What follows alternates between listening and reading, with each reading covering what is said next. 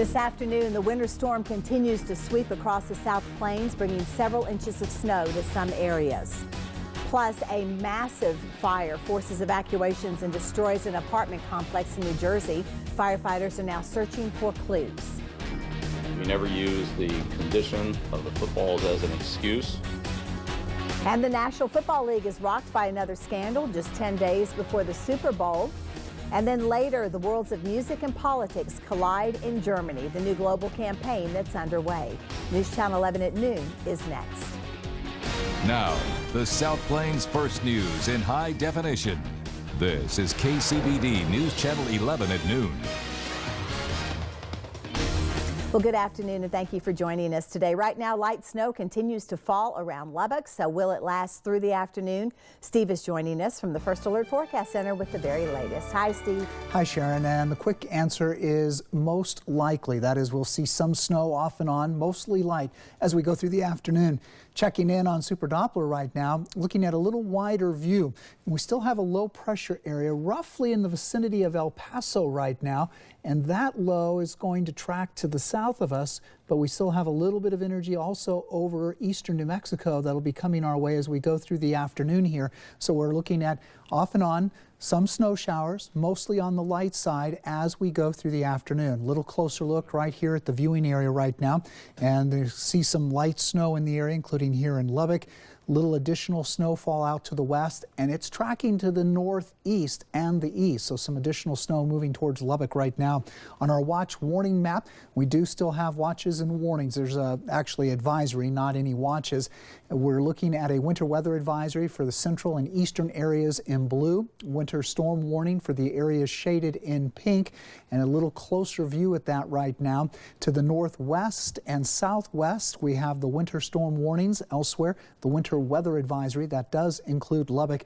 Temperature right now in Lubbock is 31 degrees. You see a little bit above freezing out to the east, where we may see a light wintry mix, some rain, light snow mix there at times. Notice the temperatures won't change much as we go through the afternoon. So our best chance of snow will continue through about mid-afternoon, gradually trending downward as we head into the evening.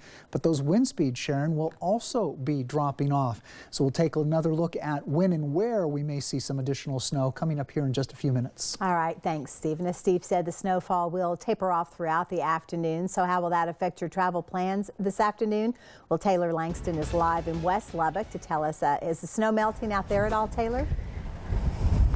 You know, it's not quite melting so much, Sharon, today, but we're going to be right hovering around freezing, and so we may not see it melting as much today until it starts to warm off later tomorrow. But something that's different about this type of snow than what we've seen so far this year is that, you know, it's a lot lighter, it's a lot wetter than some of the other snow that we've seen. You see, it's just kind of blowing out of my hands. It's going to be blowing across the roadways, and so that could create some visibility issues. But right now, as you can see, a lot of what we're seeing out on the roadways is it's wet, it's slushy, and so that's something that you should be definitely looking out for, some standing water, but also definitely some opportunity for patchy ice. We're over here, there was a rollover, as you can see, just behind me earlier today. Fortunately, that driver is not injured. She wasn't transported to the hospital, but just still goes to show that there are definitely going to be some icy patches that you have to be looking out for, especially on those bridges and on those overpasses. Those are always places that you need to be looking out for those icy patches. Now, of course, we will continue to stay with the weather today, and as Steve said, we're expecting for it to kind of be really cold later on today and throughout the rest of the night. But of course, for more details, you can log on to kcbd.com. Sharon, I'll send it back to you. All right, Taylor, thanks so much. Of course, we want to see your pictures of the snow in your area, so share them with us at kcbd.com, also on your mobile app. The mobile app's free and easy to download. Just search KCBD in your app store.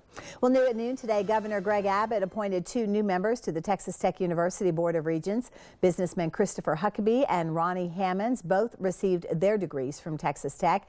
Abbott also reappointed Mickey Long to the board. He was appointed by Governor Perry back in 2009. Now, these appointments will need to be confirmed by the Texas Senate. Turning now to world coverage, the highest level U.S. delegation to Cuba in decades has arrived in Havana to begin diplomatic negotiations. The visit comes after months of secret talks that resulted in reestablishing ties between the two countries after more than 50 years. The agenda includes the security of charter flights between Miami and Havana and reopening a U.S. embassy in Havana and a Cuban embassy in Washington, D.C.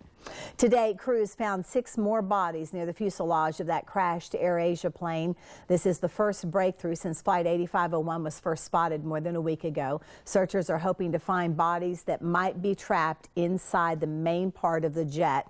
It crashed, of course, into the Java Sea December 28th while flying to Singapore. 162 people were on board. Only 59 bodies have been recovered so far. They think the reason was the plane was going too high, and then it lost power. Well, weeks into the Boston Marathon bombing trial, there is already a delay. Dzhokhar Tsarnaev is on trial for the 2013 bombings that killed 3 people and injured more than 250 others. Opening arguments were set for Monday, but a federal court clerk says that's not going to happen because jury selection is just taking much longer than expected. The Ohio man accused of plotting to kill government officials and employees at the U.S. Capitol is expected in court later on today. Christopher Cornell was indicted on 3 charges. It could carry a total sentence of more than 40 years. He was denied bond last week. Federal agents noticed Cornell after he allegedly requested help to carry out an attack inspired by ISIS. Well, after more than 15 hours, a massive fire at a luxury condo complex in New Jersey has finally been contained. Look at these flames and you can see why it took firefighters so long to get this fire under control. It started yesterday afternoon and burned until this morning. 200 of the 408 units were reduced to rubble, leaving 500 people displaced. Well, if it was made out of concrete and cinder block, we wouldn't have this problem. But it's lightweight construction with sprinklers, and this is the problem you face with this type of construction. Now, fortunately, no one was injured in the fire. A local state of emergency has been declared for the town of Edgewater.